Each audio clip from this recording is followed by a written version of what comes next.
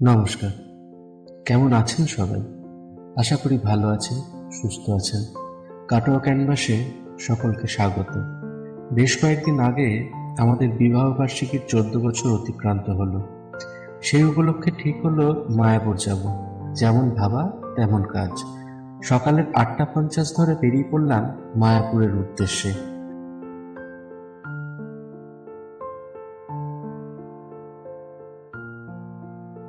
যথাসময়ে ট্রেন রওনা দিল। দুপাশের প্রাকৃতিক সৌন্দর্য উপভোগ করতে করতে পৌঁছে গেলাম আমাদের গন্তব্য স্টেশন বিষ্ণুপ্রিয়া। ট্রেন থেকে নেমে সেরে ফেললাম সকালের টিফিন, সেরা পরোটা, তরকারি সহযোগে। টোটো ধরে চলে এলাম সোজা নবদ্বীপের মায়াপুর যাওয়ার ফেরিঘাটে। ঘাটে এসে একটি লঞ্চ মিস করে আরো খানিকটা অপেক্ষার পর অবশেষে ফাইনালি রওনা দিলাম মায়াপুরের উদ্দেশ্যে। লঞ্চ থেকেই ইস্কনের নতুন মন্দিরের চূড়ার অপরূপ শোভা দর্শন করলাম।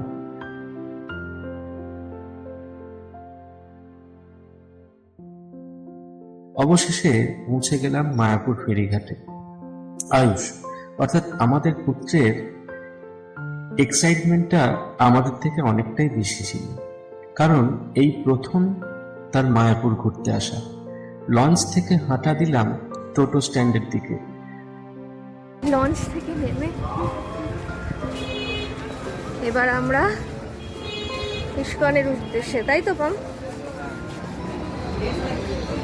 চলতি পথে এলাকার মন্দিরগুলোর অপরূপ কারুকার্য দেখতে দেখতে পৌঁছে গেলাম টোটো স্ট্যান্ডে। যেহেতু হাতে সময় খুব কম ছিল, অন্য কোনো মন্দির দর্শন সম্ভব হয়নি। এখন আমরা টোটো করে নিলাম টোটো স্ট্যান্ড থেকে। আমাকে দেখাও।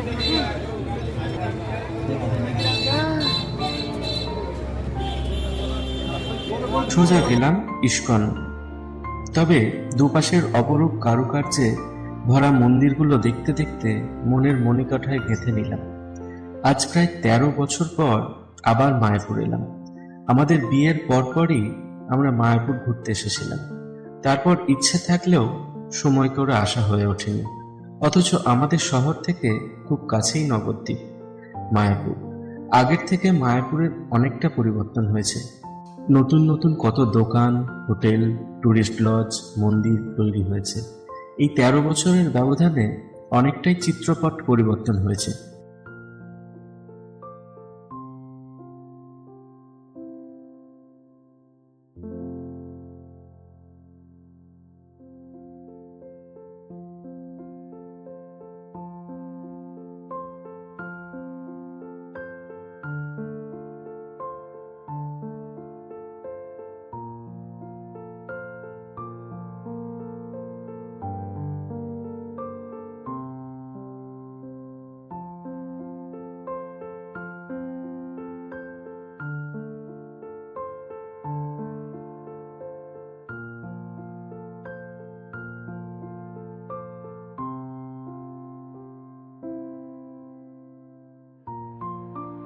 সেসব দেখতে দেখতে পৌঁছে গেলাম শ্রী মায়াপুর চন্দ্রদয়া মন্দির, অর্থাৎ ইস্কনের মন্দির। গেট দিয়ে ঢুকতেই নজরে পড়ল ইস্কন সোসাইটির নবনির্মিত সমগ্র পৃথিবীর সর্বাপেক্ষা বৃহৎ মন্দির। কিছুটা এগোতেই নজরে এলো নবনির্মীয়মান মন্দিরের অভ্যন্তরে কিছু ভক্তের আনাগোনা। আমরাও ভিতরে যাওয়ার উদ্দেশ্যে এগোলাম।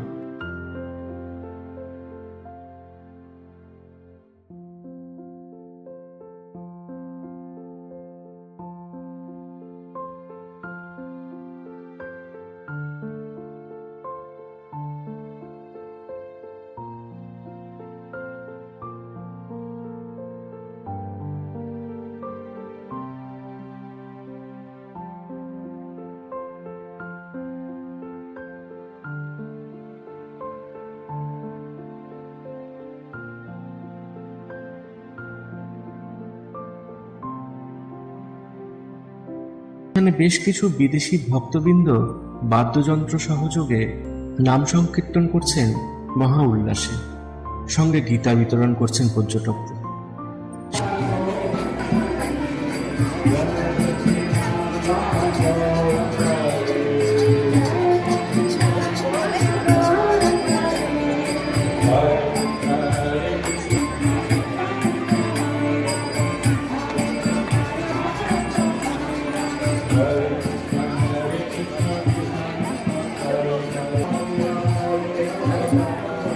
এদিকেই তো।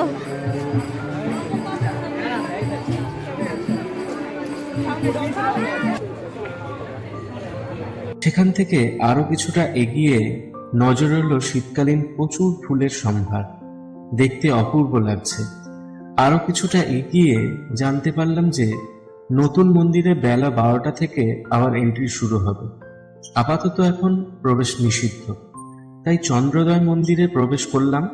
ক্যামেরা বা ফোন অ্যালাউ না থাকার জন্য কিছু দেখাতে পারলাম না। কিছুটা এগোতেই নজরে পড়ল দুটি সুদর্শন সিং বিশিষ্ট দুটি গরুর উপর।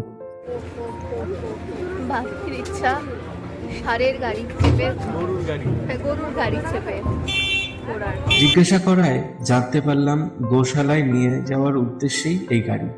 আয়ুষের খুব ইচ্ছে, সে গরুর গাড়ি কোনোদিন চড়েনি, গরুর গাড়ি চড়বে। চেপে পড়লাম গাড়িতে। আমাদেরও ব্যাপারটা মন্দ লাগলো না, খেলতে দুলতে চলল গাড়ি। ছোটবেলায় আমার অবশ্যই গরুর গাড়িতে চাপার সুযোগ হয়েছে। আমার মামার বাড়ি গ্রামে হওয়ায় সে সুযোগ আমার হয়েছে। একবার তো গরুর গাড়ি চালাতে গিয়ে মামাদের একটি আম গাছও ভেঙে ফেলেছিলাম। সে যাই হোক, অনামিকার আয়ুষের সেটা হয়নি।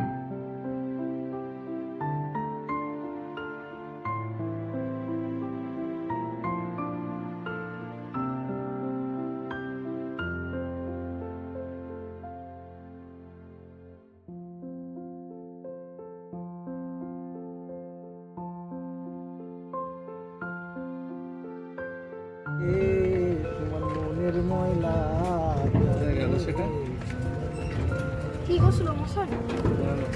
যা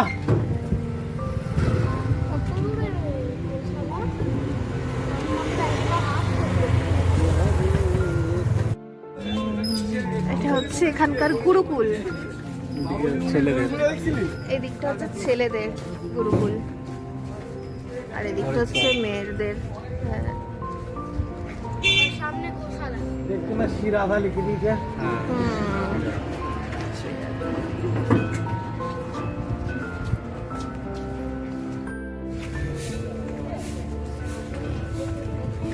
তোমার মনের ময়লা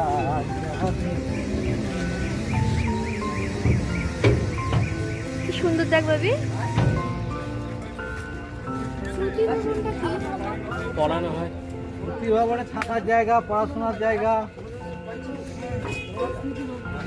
দেখার একটা গরু এটার সিংহটো হেভি এইটার।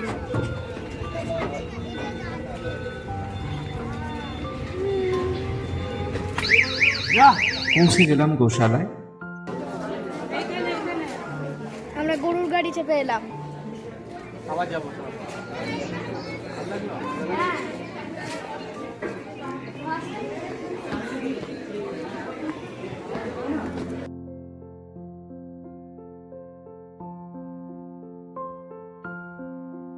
আয়ুষের কাছে এই সবই বিস্ময়কর ব্যাপার।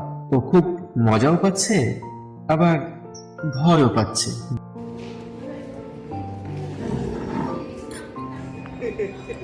ভাবি ভয় পেয়ে গেছে, ভাবি ভয় পেয়ে গেছে।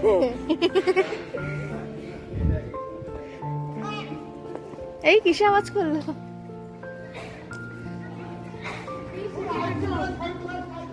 আরে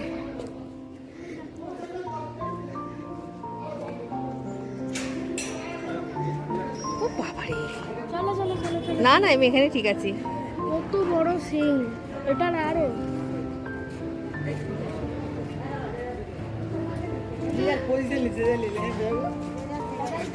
এটা হচ্ছে গোশালা।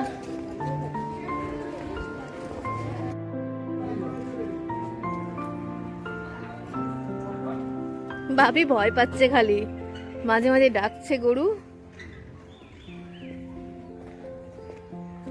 আচমকা আচমকা দিচ্ছে, বুঝতে পারছি। গোশালা থেকে বেরোনোর সময় আমরা ওখানকার গরুর দুধের তৈরি দইয়ের লস্যি পান করলাম।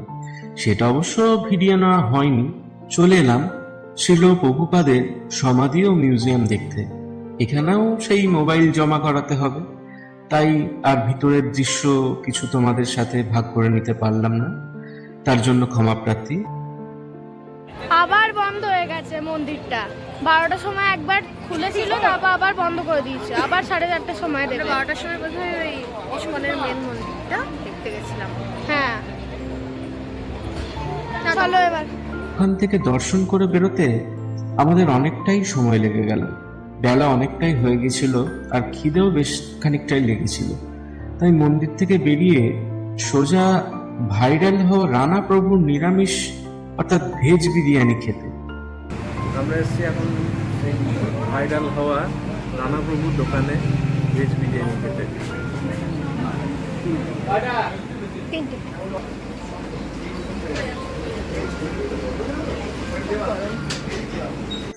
বিরিয়ানিটা সত্যিই খুব ভালো ছিল। নিরামিষ বিরিয়ানি যে এত সুস্বাদু ও সুন্দর খেতে হয় তা হয়তো নিজে না চাখলে বিশ্বাস হতো না। এরপর সোজা রওনা দিলাম মায়াপুরের ঘাটের দিকে লঞ্চ ধরার উদ্দেশ্যে। এবার ফেরার পালা নবদ্বীপ, সেখান থেকে ট্রেন ধরে বাড়ি। উইকডেজ হওয়ায় ভিড় অপেক্ষাকৃত কম ছিল।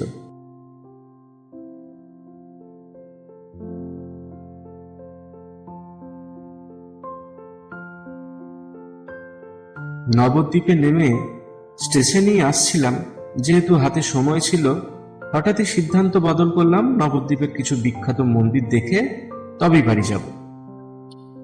এটি হলো গুপ্ত বৃন্দাবন।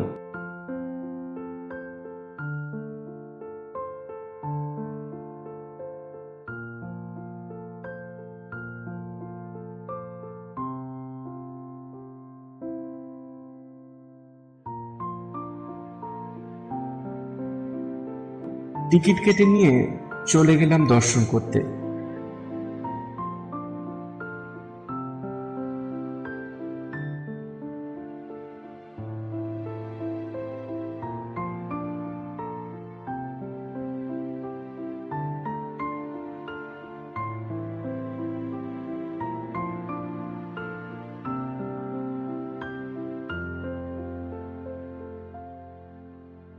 আমরা জানতাম না যে ক্যামেরা অ্যালাউ নাই, তাই প্রথমে কিছুটা ভিডিও করেছিলাম, সেটাই তোমাদের সাথে শেয়ার করলাম।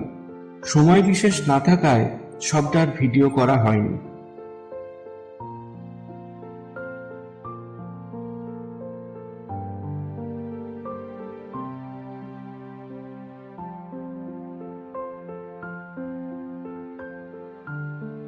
চলে এলাম স্টেশন। এবার গন্তব্য বাড়ি। বাবি কই? রোদ লাগছে, বসে আছে নবদ্বীপে স্টেশনে। আমরা রয়েছি দাঁড়িয়ে।